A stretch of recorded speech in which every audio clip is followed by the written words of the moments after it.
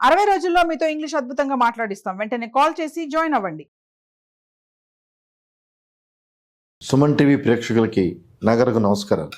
వివాహం ఎంత తొందరగా జరిగే వెసులుబాటు ఉందో, భార్యాభర్తలు ఇద్దరూ వివాహం కంటిన్యూటీ వద్దు అనుకుంటే విడిపోవటానికి మాత్రం, అంటే డైవర్స్ రావటానికి, even mutual consent also it take 6 months.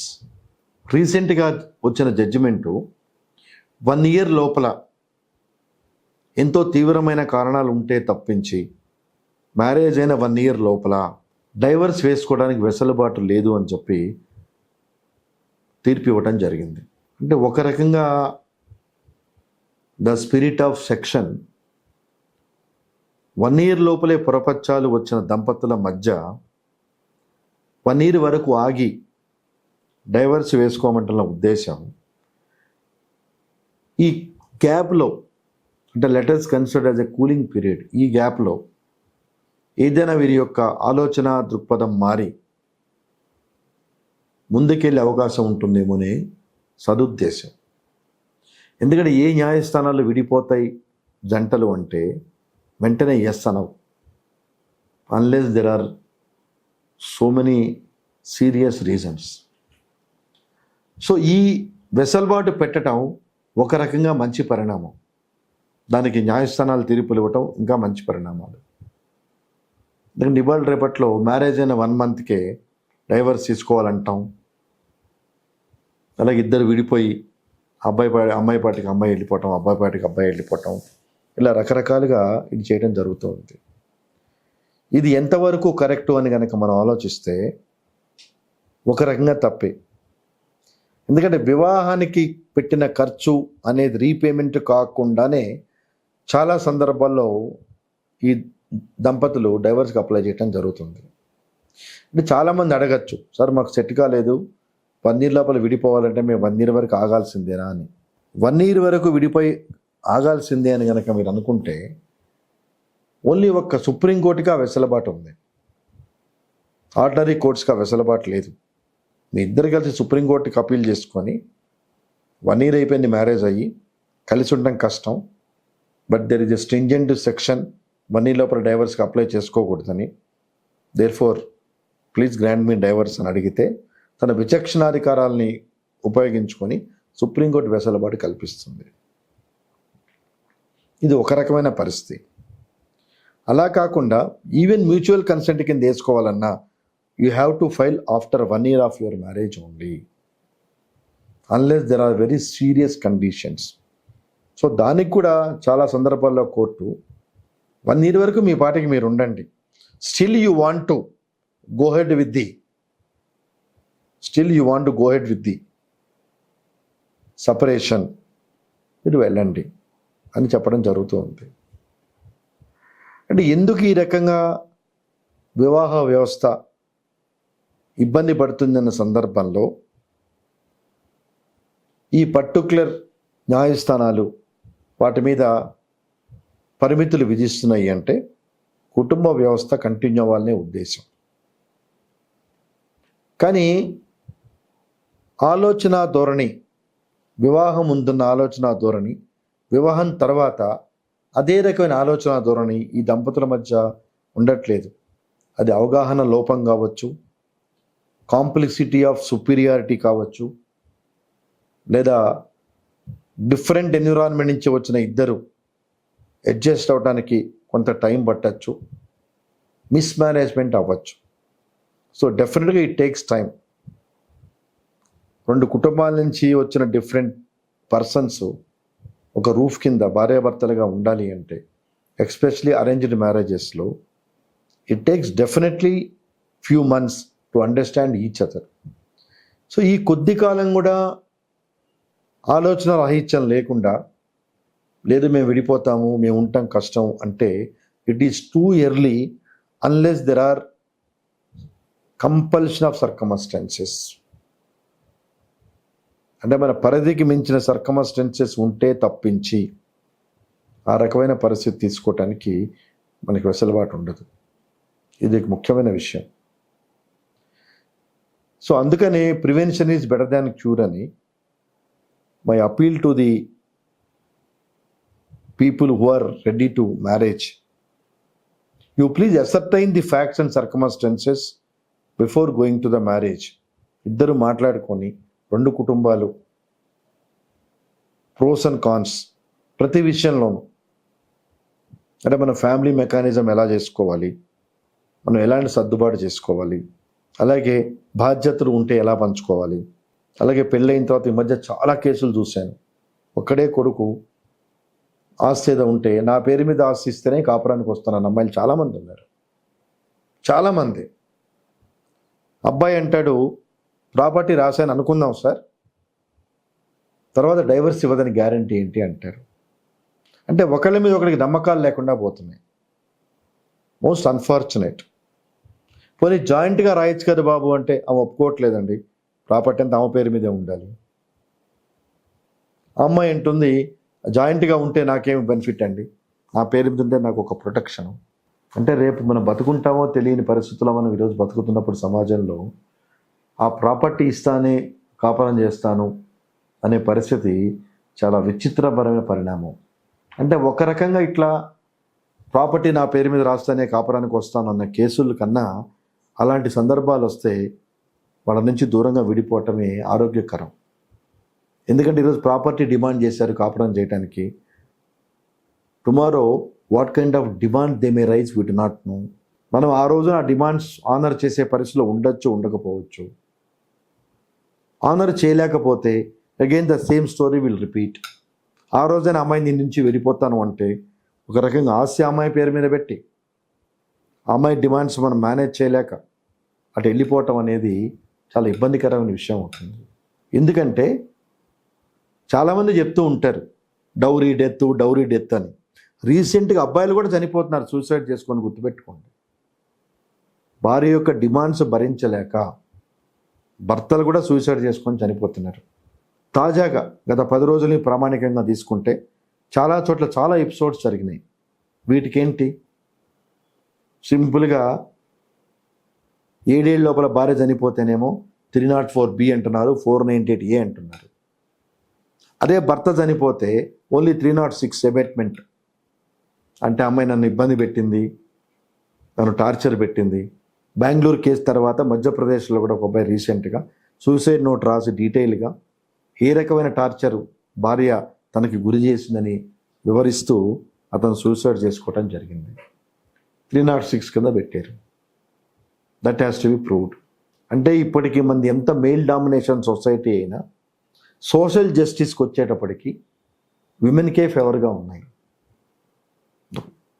No doubt ours is men domination society, కానీ సోషల్ జస్టిస్ మాత్రం విమెన్ ఫేవర్లో ఉంది. సో ఈ అబ్బాయి ఫ్యామిలీ మెంబర్స్ ఆ అమ్మాయి టార్చర్ వల్లే మా అబ్బాయి చనిపోయాడని ప్రూవ్ చేయాలి అంటే it takes lot of time, years together. అదే అమ్మాయి సింపుల్గా చనిపోయినా, అంటే బిఫోర్ 7 years చనిపోయినా, అంటే ఈవెన్ ఆఫ్టర్ 7 years చనిపోయినా, all these family members will be put behind bars. అంటే ఏ వ్యవస్థలో ఈ డిస్ప్యూట్స్ వస్తున్నప్పుడు ఎట్ టైమ్స్ ఇవి సూసైడ్ వరకు వెళ్తున్నాయి అంటే, some times suicide, some times murder, some times different aspects. అంటే చాలా సందర్భాలు, రీసెంట్ సందర్భాల్లో చాలా ఈజీగా కైమా కొట్టాలని నేర్చుకున్నారు భార్యల్ని భర్తల్ని. సో ఇవన్నీ జరుగుతున్నాయండి. ఈ రకమైన కైమా సిస్టమ్ వచ్చింది అంటే totally they are disturbed and they are aggrieved with the activities of the other spouse. So వీటన్నిటికీ అదే కారణం. ఇప్పుడు మనకున్న law, now the hectic time has come to revisit the 498A. Now the time has come to revisit the 498 IPC. These are the most important challenge before the apex court. One-sided activities ఇప్పటివరకు నడిచినాయి.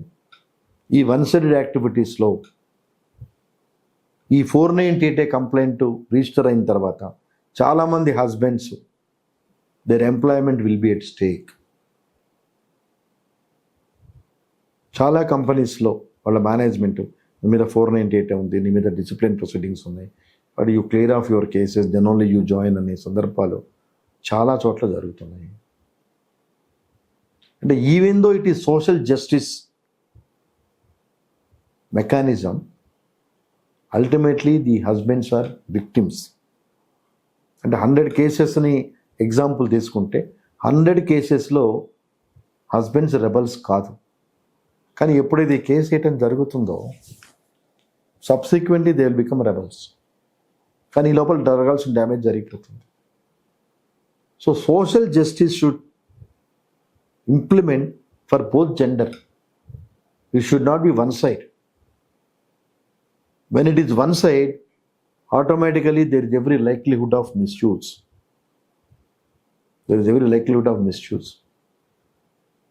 So ఈ సిస్టంలో అమ్మాయి చనిపోతేనే situation will floor up. కానీ చనిపోతున్న అబ్బాయిల గురించి, అంటే చనిపోతున్న భర్తల గురించి, చనిపోతాం ఇన్ ద సెన్స్ సూసైడ్ చేసుకున్న భర్తల గురించి కానీ, వాళ్ళు రాస్తున్న కొన్ని సందర్భాల సూసైడ్ నోట్ గురించి కానీ there is no debate, especially from the intellectual fraternity.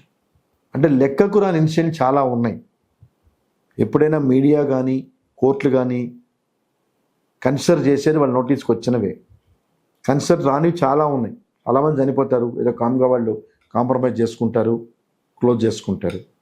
But కేసులు పెట్టినప్పుడు కూడా న్యాయ సమీక్ష is very important these kind of issues. ఇటీవల కాలంలో తరచుగా వింటున్నాం అబ్బాయిలు కూడా పారల్ హెరాస్మెంట్కి సరిపోతున్నప్పుడు. సో దీనికి కూడా సోషల్ జస్టిస్ సిస్టమ్ రావాలి. All are equal before law అంటారు. No, it is absolutely wrong. I will not agree. Nobody's equal before law. Law ముందు equality depends on the position of the person. It depends on the person who appears before the law. That is the only consideration point. So not all are before law. All are equal before law అనే concept correct కాదు. It depends on the person who appears before the court. There are so many barriers. There are so many intricacies. So ఒక వివాహ వ్యవస్థ 1 year లోపల ఉండలేము అన్నప్పుడు according to me ఈ stringent punishment is not appropriate. ఎందుకంటే when it is continuity, either it happens, వాళ్ళు కలిసైనా ఉండొచ్చు, అయితే అగ్రెసివ్నెస్లో అట్రాసిటీస్ అయినా జరగచ్చు, criminal atrocities. So social justice సిస్టమ్ని కాపాడటంలో న్యాయస్థానాలు ప్రముఖ పాత్ర వహిస్తున్నాయి, no doubt. At the same time even they have to consider the feelings and facts and circumstances of the couple. So 1 year లోపలే వాళ్ళు విడిపోతున్నారంటే వాట్ ఆర్ ద సర్కమ్స్టెన్సెస్? అంటే ప్రస్తుతం మనకున్న న్యాయస్థానాల సిస్టమ్కి అంత ఇంటరాక్ట్ అయ్యే వెసులుబాటు లేదు. మనకున్న న్యాయ ప్రక్రియకి, న్యాయ వ్యవస్థ సిస్టమ్కి we do not have that much of conciliation process. ఏదో మాట్లాడతారు, ఆయన చెప్పేది ఆయన చెప్తారు, ఈయన చెప్పేది ఈయన చెప్తాడు. మన కేసులో కన్సిలేషన్ జరిగితే అతని ఇంటి నుంచి విడిపోయాడు, he has given enough prayer information, నేను ఇంటి నుంచి వెళ్ళిపోతున్నా, నా సామాన్ తీసుకున్న హస్బెండ్ చెప్పాడు, అన్నీ బాగానే జరిగినాయి. కన్సిలేషన్ ఆస్పెక్ట్స్లో అమ్మాయి చెప్తుంది, బీరోలో నా బంగారం, డబ్బులు, నగలు ఉంటే ఎత్తుకెళ్ళాడని. What surprise it is when husband has given sufficient prayer information. he want to go alone from the house, he want to take out of his belongings అన్నప్పుడు, you know much before that man anytime will come as per his convenience to take off his items.